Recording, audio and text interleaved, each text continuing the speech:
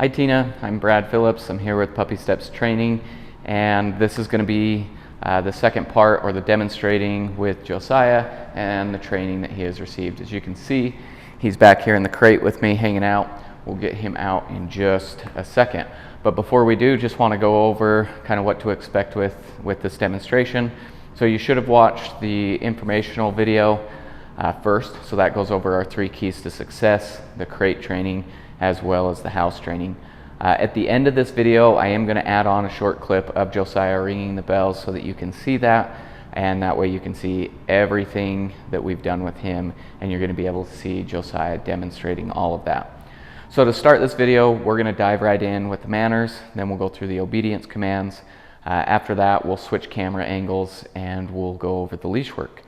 So first and foremost, before I get Josiah out, there are a couple things that I want to touch on.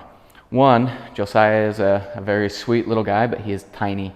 And so, he has a stomach of like the size of a walnut. So he gets full really fast, as well as he has a very short attention span. So I'm hoping to go fairly quickly with this and be able to get as much in as possible before we really lose Josiah's focus. He has a fair amount of energy. He's not like overly energetic, but enough that when he starts to get tired, you'll see that he doesn't slow down as much as he just stops paying attention, which was something we had to work on a lot very early, that he just kind of gets to this point where he doesn't want to listen and he's done training and he just wants to go and relax and hang out. So hopefully we're going to be able to get through most of the demonstration before we hit that point, but you will see that attention span start to die off. So we're going to dive right in with the manners. First thing I'm going to show you is our gates and our doorways. So anytime we go through a closed door, we let him out of the crate, we go through a gate outside, I expect him to hold an automatic stay. He doesn't need to sit, he doesn't need to lay down, he just needs to show that he's in control and he's not going to break through that barrier. Now this is a manner that you can build up in your home to be any threshold. For us here at Puppy Steps, we expect this with any closed door or any closed gate. So any of our exterior doors, the crate door, I'm just waiting for him to show that he's in control. And once again, this should be an automatic behavior. But anytime I'm approaching a new threshold that I do want him to wait for, or if I'm adding new distractions, I'm going to set him up for success. So I'm not just going to fling open that door and expect him to understand what we're doing. Instead, I want to put myself in a position to correct him if he breaks. So as I let him out of the crate, I'm not just going to fling that open. Instead, I'll open it slowly, make sure that he's stable, and then once he shows he's in control, I will let him out. When we go through the house door, a lot of times I'll open that with my back facing the outside, so that way if he tried to skirt through, I could block him, or I could use a leash to give him a simple correction and help him understand that threshold. Now, if he does manage to burst out, I am going to quickly tell him no, go and get him, and then do that threshold again. I never want him to think that if he's fast enough or if he's sneaky enough, he doesn't have to wait at these thresholds. So I'm going to grab a leash and we'll let him out.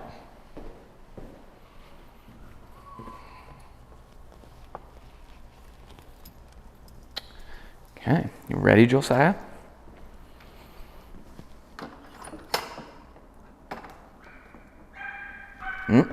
No.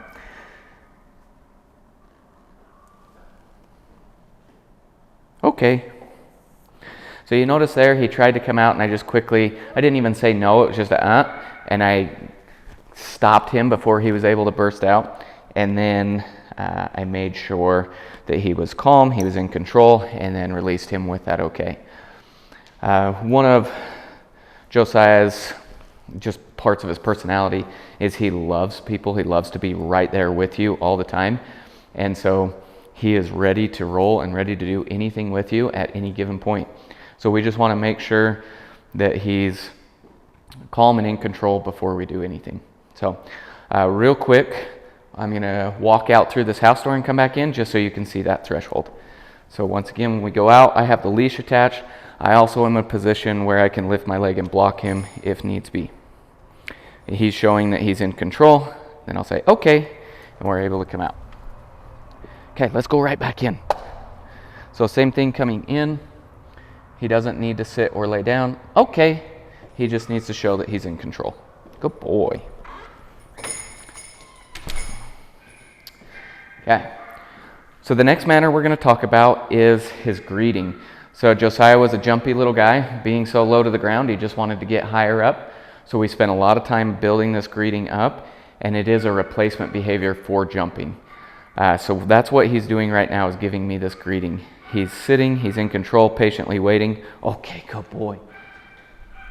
And once he shows that he's in control, I will give him my attention. Once again, if he's jumping or going crazy, I am not going to give him any of my attention. We're to a point where we have faded off the treat for this. The only reward he gets for presenting this greeting is my attention. However, for the next 3 days, as he is getting used to you in your home, we are going to consistently reward this behavior, because I really want this to be reinforced. It's also a great exercise where he is engaging with me, he's paying attention to me, and we're building our relationship.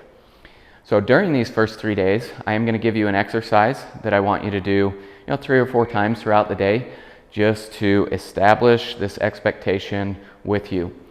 So what we're going to do, we're going to take a leash and we're going to take our treat bag. Now I'm going to say his name, take a couple steps back, and then wait for him to sit. Once he sits, I'll say okay and give him that treat. I'm going to do this 3 or 4 times, and on the last one, I'll just go down and pet him. So it looks like this. Josiah, I'm going to back up, wait for him to sit. Okay, good boy. Josiah. So I'm going to stop walking, wait for him. Okay, good boy. Josiah. Okay. So the other thing that you'll notice that I'm doing here is I don't want him consistently doing circles around me. Now he does that, but if I'm asking him to pay attention to me, I don't want to circle first before we sit. So instead it's Josiah. He comes over, and if he tries to go around, I'll give him just a little bit of leash pressure to the side. Then he sits in front of me. I'll say, good boy. Okay, good boy. Yeah, that's a good boy. So that's the exercise. Do that 3 or 4 times a day with 3 or 4 reps. Now, once again, this greeting is very important. One, it builds this relationship. He's engaging with me. And then he is also showing that he's in control. Now, it is also a replacement behavior for jumping. So with jumping, if he tries to jump up on me, I'm going to quickly tell him no, off. If I have a hold of the leash and he tries to jump up on somebody else, I'm going to say no, off, and I'll pop that leash. Okay, he does not get to jump up on me or anyone else. Instead, we want to build this expectation of this greeting. Now, there's a couple things here with greeting other people. One, if we're on a walk and people say, oh my gosh, your dog's so cute, can I pet him? I say no, because what you're going to do is you're going to build a charge to where Josiah thinks that everybody is coming to see him. And so anytime he sees a different person or a new person, he's going to get excited and then want to pull towards them. So if we're on a leash like this and we're outside walking, I say no greetings, nobody gets to meet him. Instead, the answer you can give when they ask if they can pet him is just, no, he's in training. So that's my opinion. Now, there are going to be times where you do come across somebody that maybe you know or you want to stop and talk to them. In that case, or maybe it's somebody, a neighbor that you are okay with petting Josiah. In that case, I want to approach them, stop maybe 5 feet away, have them stop. Josiah, I want him to do a sit to greet for me. I'm going to reward him, tell him he's a very good boy, and then I will invite that person over. So that way Josiah is already planted and already in control. Then that person can come up and pet him. If he gets out of control, he starts jumping, I'm going to say no and get a little bit of distance. Whether that distance is 5 feet or 50 feet, I'm just going to remove him, help him regain his composure, and then we can approach again. After that person gets done petting him, I'm going to have him do another greeting for me just to show that we're in control. Reward that, so that way I come before and I come after, and I'm teaching him that I am far better than any other person he's going to meet on the street. Once again, we just don't want him thinking that every person is coming to see him, and then you get a dog that wants to pull and get reactive anytime they see somebody new. Okay. Real quick, just touching back on jumping. So once again, if he jumps on me, I'm going to step into him, lift my leg. It doesn't take much. It's like a little shake off, but he's not allowed to put his paws on me ever. He's not allowed to jump. So when I bring that leg up, I'm not extending, I'm not kicking the dog. It's just a quick adjustment in my body language to tell him, no, I don't like that. If he tries to jump up on furniture or up on something across the room and you don't have this leash, I'm going to quickly say no, off. I'll clap, I'll make some noise, just something to drive that point home and help him understand that I am talking to him. If he didn't listen to my off, I'm going to tell him no, and I'm going to get him. Now, the other part of both jumping and the greeting is if he rears up to get a treat. So I don't need him coming halfway. I can go all the way to him, and I don't want him doing this little dance for a treat. So if he rears up, I'm going to say no, gently, and I expect all 4 paws on the ground when giving a treat. Good. The second part to gently is having a gentle mouth, which he does not struggle with at all, but if he ever got too excited and he did feel his teeth, you could tell him that no gently and expect him to be very soft. So that's our greeting, jumping, and gently. Continuing with this theme, if he ever puts his teeth on me, like he tries to mouth, whether it be at my wrist, my watch, my pant leg, hair, anything that's mine, I'm going to quickly tell him no and close his muzzle, wait for him to stop, remove my hands, and then once he shows that he's in control, I can go back to petting him. But if he tried that a second time, if I was petting him and he tried to bite my watch band, then I'm going to say no, I'm going to scoot him away, maybe stand up and remove myself.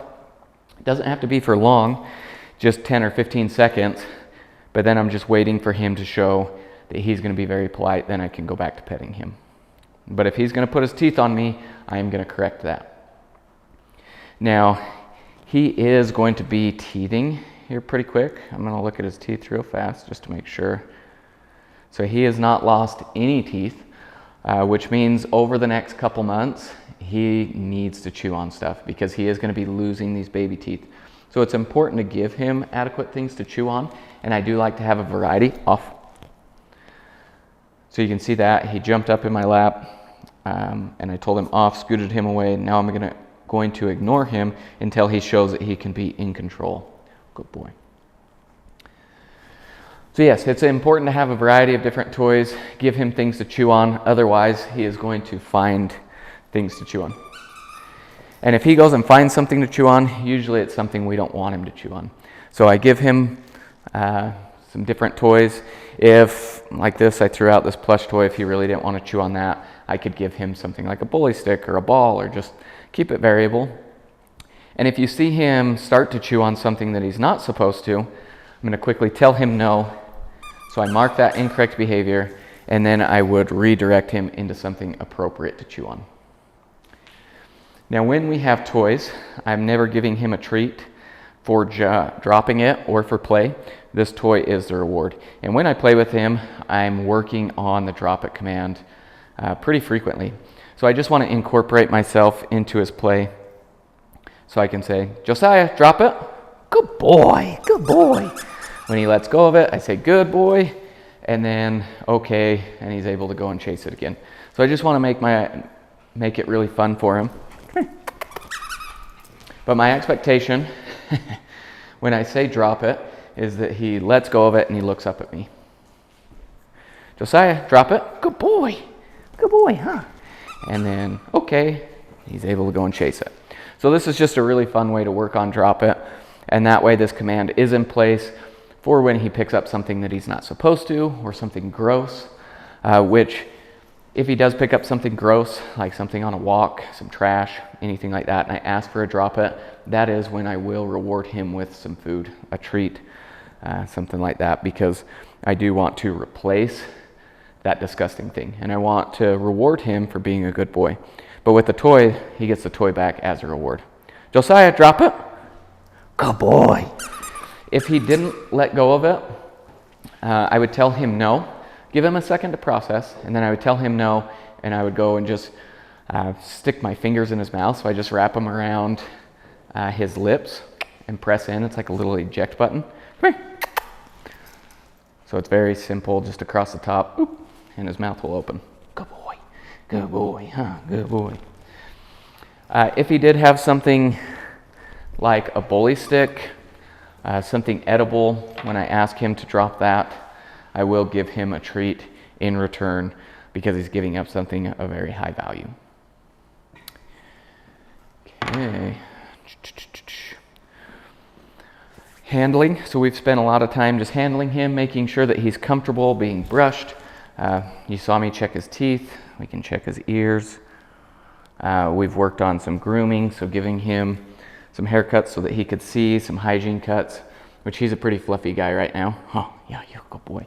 But I want to make it so that he's very comfortable being handled with baths and grooming, because those are things that he needs to do. Which he was pretty squirmy, so spent a lot of time just getting comfortable, helping him feel calm, and then rewarding calm behavior. If I was, well, let's just grab the brush here. If I was brushing him and he just seemed to be trying to run away, oh, that's a good boy, huh? I don't want to reward a temper tantrum. So instead, if he was like really fighting me, trying to squirm away, I would stop brushing, maybe hold his collar, wait for him to regain some composure, and then go back to brushing him. And then while he's calm, I'd say, oh, good boy. And then I would reward this calm behavior and give him a treat. Same thing with like clipping his nails or giving him a haircut. Good boy. Okay. Last manner would be his mealtime manners. So when we feed him, we expect an automatic sit-stay. So all I generally do is shake that bowl and he plants himself. The expectation here is that I should be able to set the bowl down and stand back up and then release him.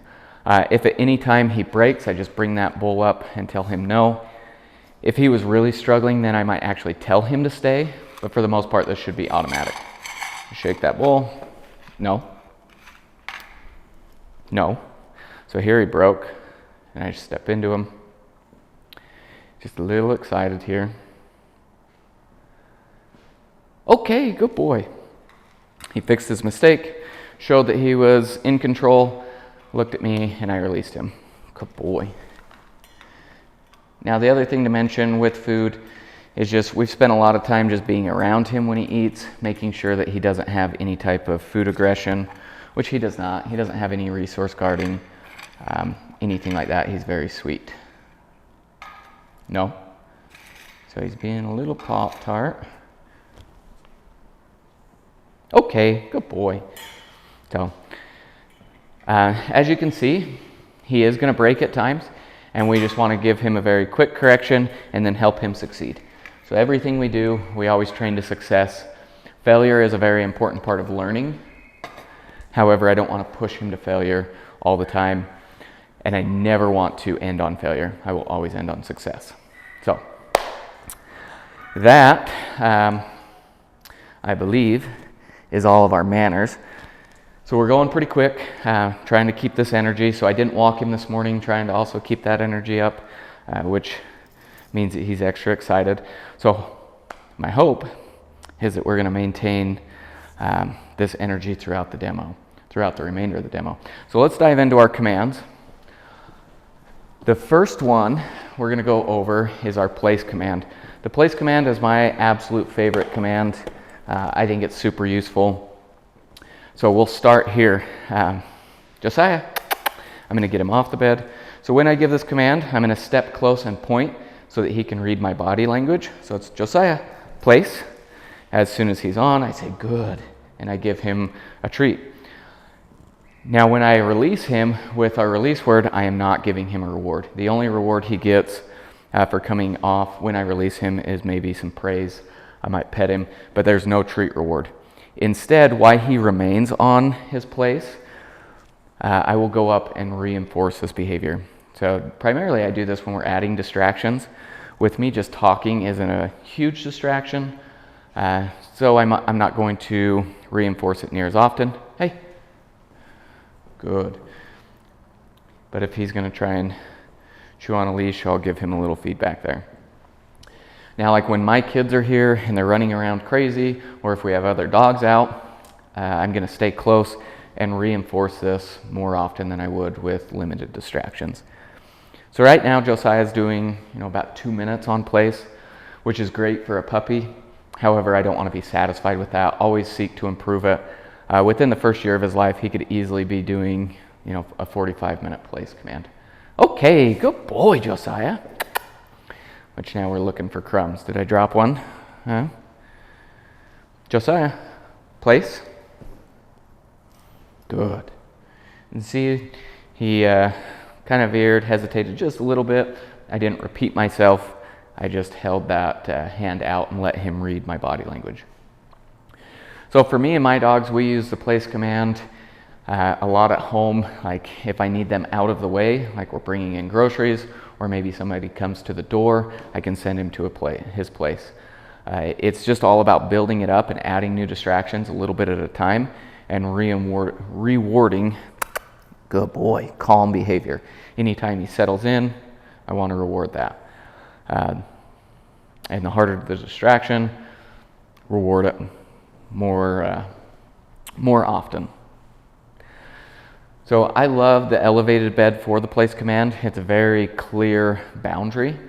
However, we've been starting to incorporate a lot of different boundaries. So here you can see that, no, place. So I could see that he was contemplating breaking. He broke, so I quickly said no and reset him. Good. So we have been building this up to where you can use different beds. You can use a mat, you can use a towel, but anytime that we're changing up the place, okay, good boy.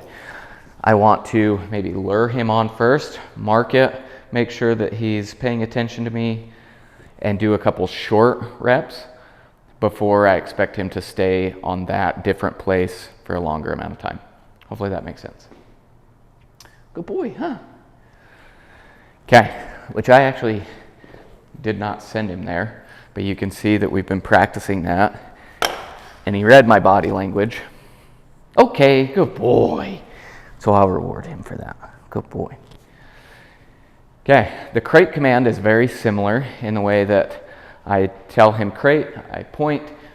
Our standard is actually tapping on top, but he is so low that we've been working on being able to just point. But I'll say crate, I expect him to go in. When he goes in, I give him a treat, and not when he comes out. So that's the same as the place. Josiah, crate, my point, good boy. Now the expected stay here is a lot shorter than the place command, because if I'm going to have him stay for a longer duration of time, I'm going to close the door. Okay, good boy. Crate, good boy. So if his head sticks out, that's okay, but no paws. Okay, good boy. Good boy, Josiah. Now, if he hesitated, I'm going to stay right here. Good boy. I might even tap on the top. If he continued to hesitate, then I would just maybe take the back of his collar and help guide him in. The first time you ask him, okay, to go in with your new crate, it may take him a second. And so I might just stay close, tap. I might even stick my hand in the crate just to help him understand that's what we're asking for. Okay, I don't want to make a habit of throwing treats in the crate to get him to go in because I don't want to bribe him. I'm okay with a lure being in my hand and then once he goes in, giving it to him. But I don't want him expecting there to be a treat in the back of his crate every time he goes in. Okay, good boy. So the crate command you need to practice far more than you use it to lock him up. If you only use it when you lock him in the crate, he is going to associate that and then he's going to build an aversion to the crate.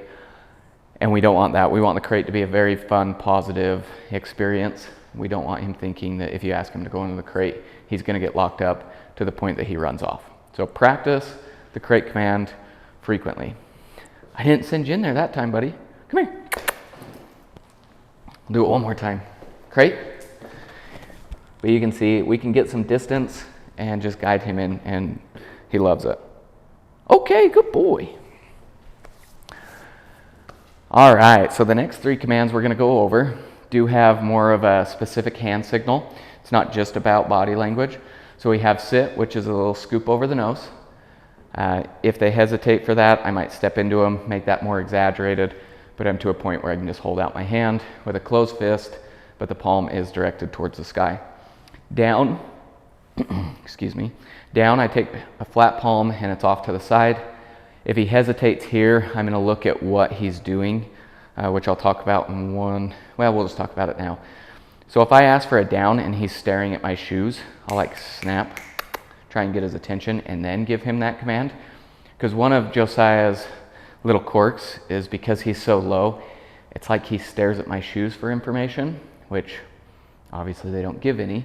So sometimes he doesn't know what we're asking for, and we need to make sure that he's paying attention to us.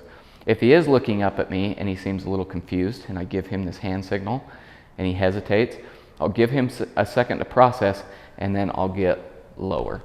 So I always want to help him out, but I don't want to take away this processing time. And then stay is just a stop sign.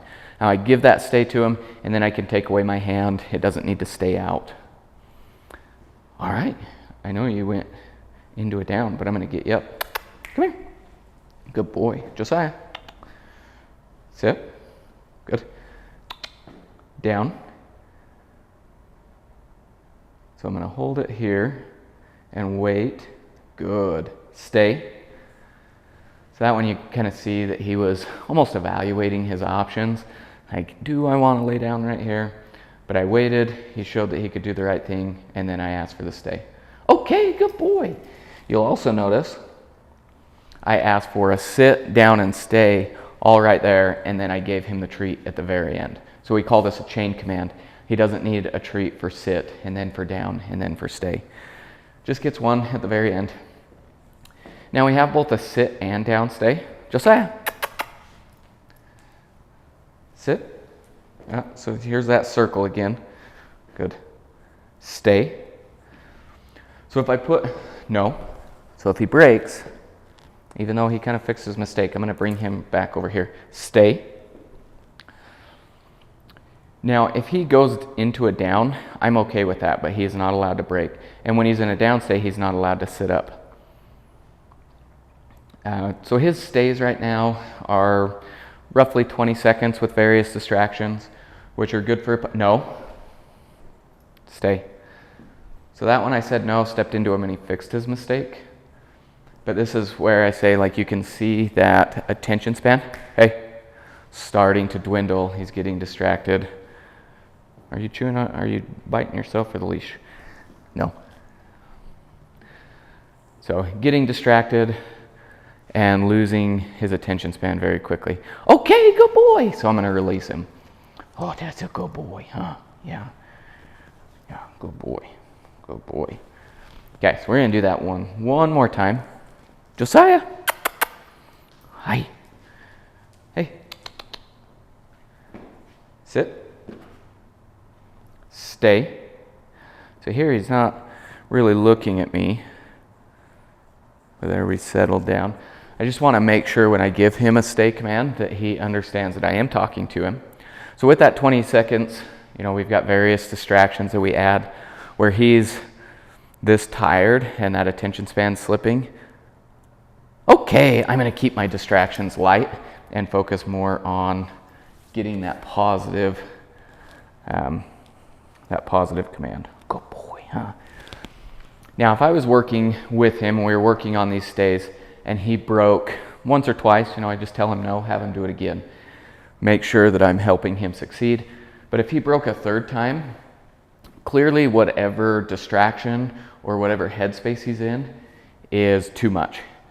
So I don't want to have him break a fourth time. Instead, I will simplify the behavior. So whether that's breaking it down and doing like a 2-second stay, or maybe just taking away a distraction. I just want to make it easier, and I want to take away the variable that's causing him to break. So that way I can just help him succeed. Because we don't know what's going on within his head. We don't know what he's feeling. So if he's feeling a little tired or a little overwhelmed, I don't want to push him to repeated failure. I want to help him succeed, and I want to keep training fun. So when we work with Josiah, a lot of our training sessions, we're doing a few, more than a few every day, but they're really quick. So at home, if you can spend 5 minutes a day working on these commands, he's going to grow and just be fantastic.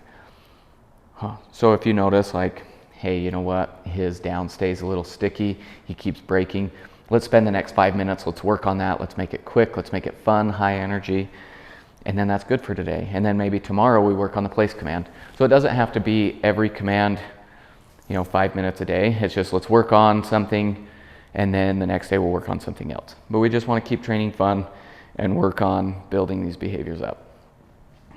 Hi. Okay, so the last command that we're going to talk about in this section is the leave it. So I'm going to, because we're starting to get tired, I'm going to grab a piece of ham, get a high value reward here, and then I'm going to use the treats that we've been eating as my leave it. Ooh, throw it on the floor for you, huh? Okay, so where I'm using the treats that we've been eating, I'm going to take a hold of this leash so that way I can manage him. And I'm going to drop this treat on the ground, leave it. So there I gave him the leave it command. He's still pretty close and thinking about it, but he's withholding himself. Good. I'm going to tell him good. And no, leave it. So there, he kind of thought that he was sneaky, which I did repeat the command there and gave him a simple correction. And I will continue to reward him as he continues to leave it alone. So with leave it, he's not allowed to touch it. He's not allowed to go for it. Come here. Good boy. And as he chooses to leave it alone, I'm going to continue to reward him. Now, if we were on a walk and we came across something really gross, I would say, leave it. Oh, good boy, good boy, good boy. And that way I'm giving him a lot of feedback and showing him that, hey, if you leave that thing, you're going to get like 10 treats right in a row. Because a lot of times you're using leave it because it's something you really don't want him to get into. Whether that's something harmful or just something really gross, could also be something in the kitchen that you drop. The hardest time for him, good boy. Wanted to see what he was going to do there. So here where I don't have the leash, I could step in between him, maybe back him up a little bit, and that's a way to manage that. So I could, step into it. But the hardest time is when we pick it up because he's like, oh, can I get it now? No, leave it. So I can give him just a little bit of feedback there. Good boy, okay. And then take it away. So with leave it, he never gets that treat. Even though it's something that he's used to being able to eat, he still does not get to eat it off the ground. Okay, so that's the commands in this section. We still do have watch me and come to go over, but we are going to talk about those with the leash work. So I'm going to adjust the camera, and then we're going to start with his heel, then we'll talk about engagement, and then our long lead walk accompanied with the recall. So, good. Heel. Good boy, Josiah. Good boy. All right. So we're going to talk about Josiah's heel first. Good boy. Good boy. The heel is for you. This is not how we exercise our dog. This is how we get past distractions and get from point A to point B. Good boy. Good boy. So this is a very attention-based activity. I'm expecting Josiah to look at me. Good boy. To not pull, to not sniff, but to stay focused and walk very polite. So my expectations, he's on my left side, right here next to my leg. He's not getting ahead of me or behind me. He's not pulling at all. Good boy. And he's keeping slack in the leash. When I stop, I expect him to stop.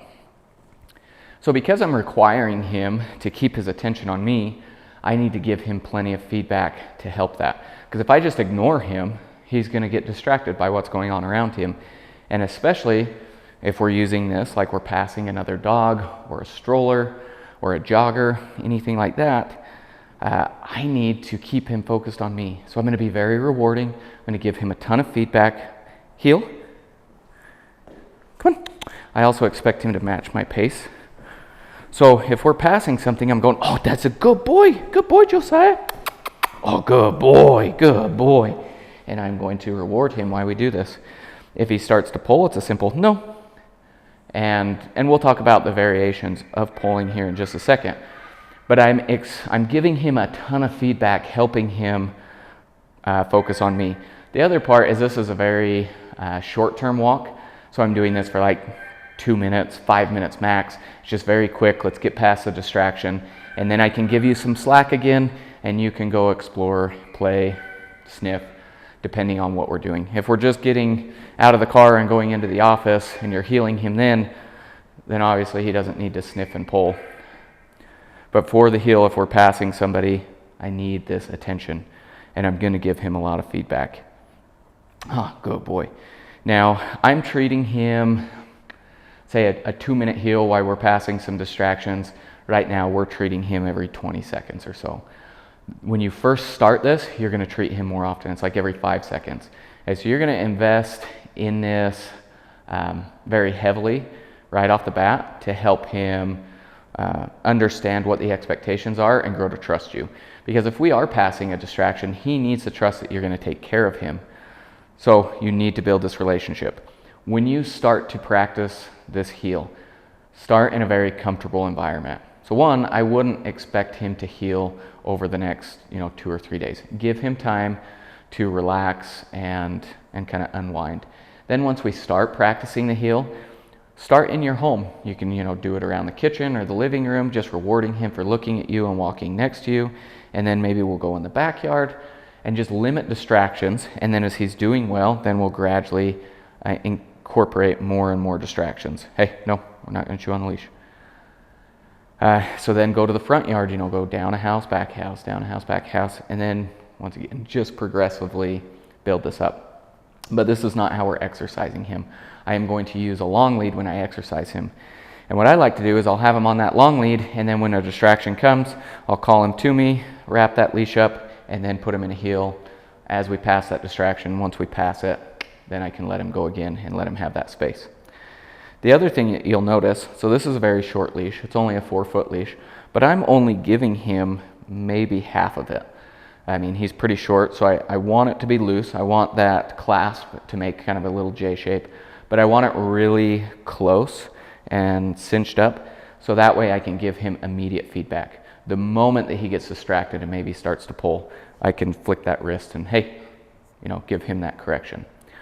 So let's talk about if he does start to pull. So as I said, if he just starts to lose his attention, he notices a distraction, I'll do something like, hey, something like that just to get his attention. Maybe say his name. So he's not pulling yet. I just want to make sure that he stays in control. If then he started to pull, I would give him a correction. I would say no, and then I'd pop, pop. Those pops, I'm not yanking him around. It's never to inflict harm. It is literally just to regain his attention to then help change his behavior. So it's literally just a, hey, just that flick of the wrist.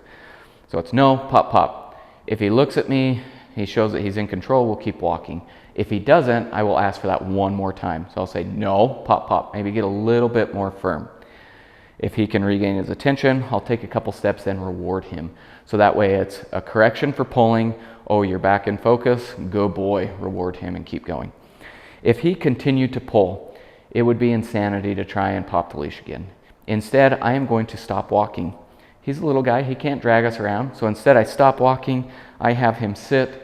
He shows that he can be in control. And I'm like, Josiah, you focusing? You here, dude? And then we'll keep walking. If that didn't work, then I am going to flip a 180 and I am going to walk away from the distraction. We never get to approach a distraction if we are out of control. And at this point, I quicken my pace, and I might even throw in some serpentines or zigzags, but I'm going to do whatever it takes to help him understand he has to look at me. So I start with just this, hey, let's go. Start walking away really quick. Oh, you're walking next to me. Let's turn around. Walk back towards the distraction. Oh, you're pulling again. Let's turn around. Good boy. Good boy. Oh, you're not focusing. Let's start switching directions. So that way he learns that if he doesn't want to be kind of yanked around a little bit, he needs to focus on me. Good boy, huh? Yeah, that's a good boy. We've never had to get this far with Josiah. He's a very good little walker. However, there is going to come a point where a distraction is too tempting. So then I'll work on that. But I never get to advance towards a distraction if he is pulling. Now, accompanying that, let's talk about engagement. So engagement is how we combat reactivity, which this is something you are going to have to do, and probably in the next 3 days. So let's say we're on a walk, and he notices something that is just too distracting, and he gets reactive. Reactivity can be a couple different forms. It could be fear-based, where he's like, I don't like this, I don't want to go near it, let me run away. Or it could be, oh my gosh, I'm so excited, let me go play, and bark, bark, bark, bark, bark, bark, bark. Anytime he gets into this red zone where he's reacting, we are going to work on engagement, because trying to heal past that distraction in most cases probably isn't going to work. Unless it's an inanimate object, then we're going to have to pass it. But if it's another dog, or it's a jogger, it's a bicycle coming towards us, we want to instead engage with him, help him understand that, hey, I'm in control, I'm going to take care of you, you don't need to worry about any of this. So to do that, initially, I am going to step between him and the distraction, kind of give him maybe a little bit of a leash pressure up, and say, hey, look at me. This is where I do use a watch me command. So watch me is just, watch me. Okay, good boy. And I'm just looking for a flicker of eye contact. He doesn't need to stare into my soul. It's just a shifting of his attention from the distraction and looking at me. If we can just do that, and then let the distraction go past and we can be calm and in control, great. And if he can sit and be calm, I'll even open up and we can watch that distraction go by. And while he's calm, I'm going to say, oh, good boy, and I'm going to reinforce this calm, in control behavior. If he gets out of control, I am going to correct him. And if it's too heavy of a distraction, I am going to get distance. So once again, whether that's 5 feet, whether that's 50 feet, I'm going to step into him, turn him around, and we're going to get distance away from that distraction. Then I'm going to put my back towards the distraction, so my body language says, you don't need to worry about this.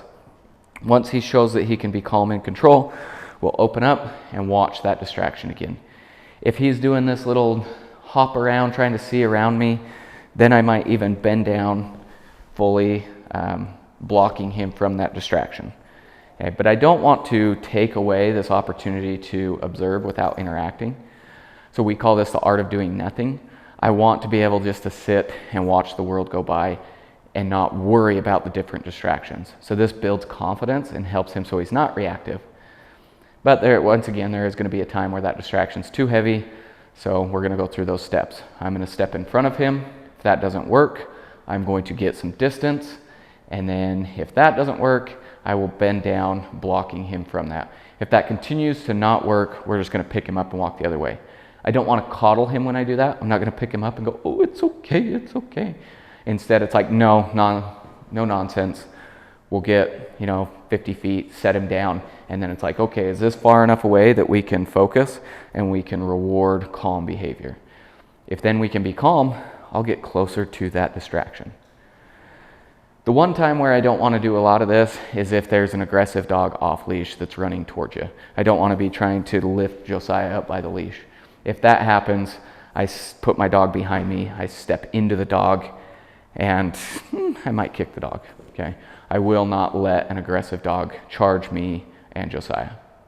And I don't want to put my back towards that dog and then get jumped on from behind. So instead, if you can pick him up, great. If not, he's behind you, you're stepping in front, you're blocking that off-leash dog. Okay, so that's a lot of information. Josiah, he varies. I've seen him get a little bit of fear-based reactivity where he's like, I don't like this, let's go away from it. but I've also seen him go the other route where the delivery man comes and it's bark, bark, bark, bark, bark, bark, bark. And in that case, it's like, hey, knock it off. Good, you're in control. Good boy, good boy. Look, it's not that scary. So you're going to see both of them. It just depends on how he reacts. The key here is remaining calm, because if we get anxious, we tighten this leash up, then we're portraying anxiety through the leash, and he's going to go, you know what? We should get really reactive. So instead, we are going to remain calm. We're going to reward calm behavior and give him the opportunity to build that confidence and observe without interacting. All right, so the last part of our leash work is, well, there's two parts here. The long lead walk and our recall. So if I'm going to exercise Josiah, I want to use a long lead. So this is our shortest long lead. This one's 12 feet. This is a good length for around the neighborhood or maybe up at campus, just somewhere where he can have a little bit of space to explore and sniff, but not enough that you're going to get tangled in everything. So there's two ways that, well, there's multiple ways you can handle this leash, because it can be annoying. You don't want to trip over it. I know, with some of the back issues, we don't want to get tangled up and fall. However, I do want to give him space to move along. And I really don't like retractable leashes because they rely on tension. However, if that's going to work better for you, I completely understand. For me, I would rather have this leash drag, or I'm just constantly giving and taking away some space. But during this walk, he's able to run around and actually exercise. He can run, he can sniff, he can play. I'm going at his pace. This is a walk for him. He's still not allowed to pull. So instead, once he gets to the end of the leash, this is where I take advantage and I practice his recall. So the recall, I'm going to say his name, there's going to be a brief pause, and then I will deliver that command, which in this case is the come command. So we'll see if I can get a little... The hard part's going to be getting away from Josiah. So it's Josiah, come. Good boy, good boy. Notice I'm very clear there. It's Josiah, come. And then the moment that he gave in and started coming to me, I said, good boy. When he got to me, I hit him with okay. So you're going to use both of our positive markers, that good and okay. So it's Josiah, come. Good boy. Okay. With this short of a leash, it sometimes can be hard to do just because there's not a lot of space. But I want to make sure that I reinforce the behavior of actually coming to me, and then I mark the behavior of finishing that command. Now, if he ignored me, I have this long lead to reel him in. So if I said, Josiah, come, and he ignored, I would say no, and I would give him, good boy, that pressure. Okay. So in that case, you use all three markers. I use no, good boy, and then okay. So that's the nice thing with the long lead, is you have that ability to follow through immediately if he ignores your recall.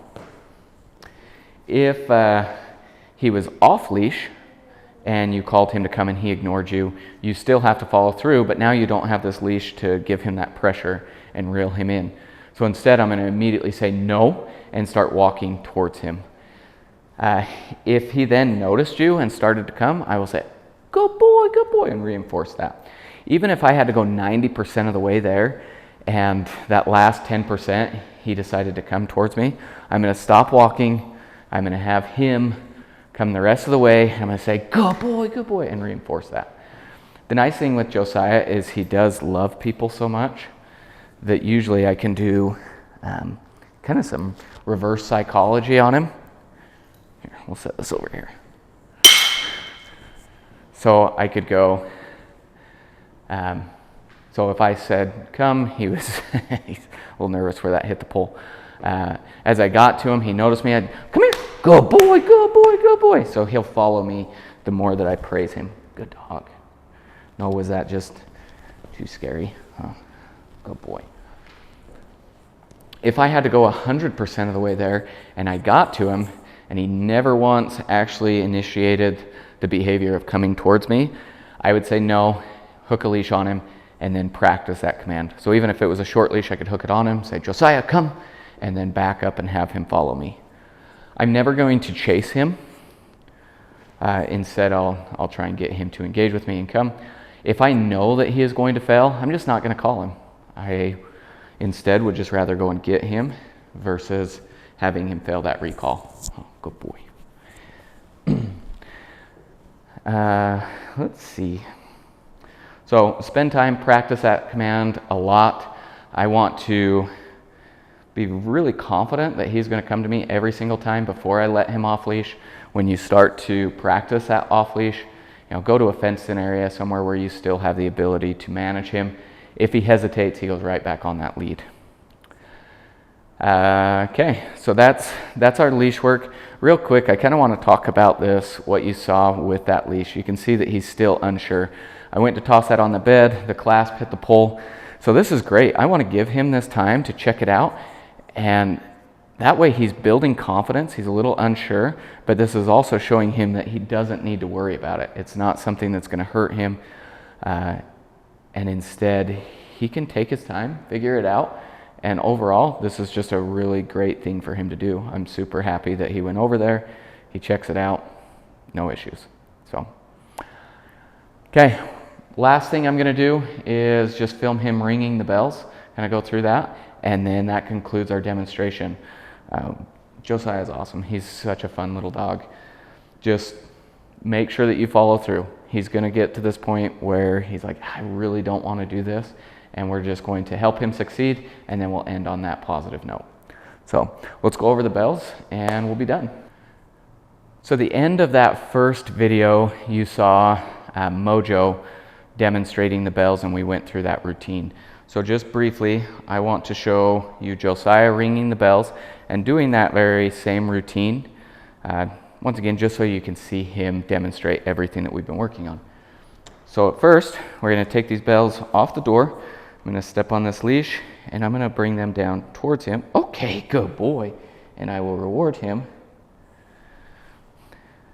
He's getting very tired. So I will reward him for touching the bells. Okay, good boy.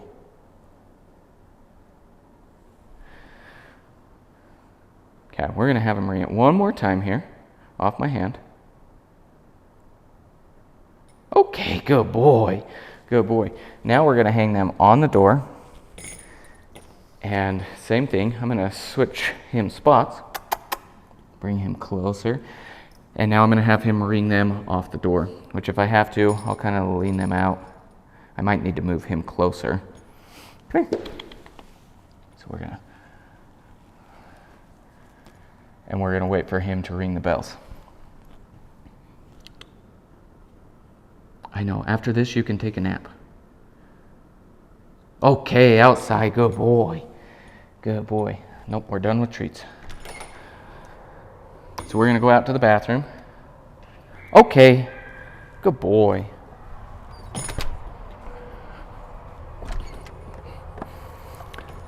Okay, good boy.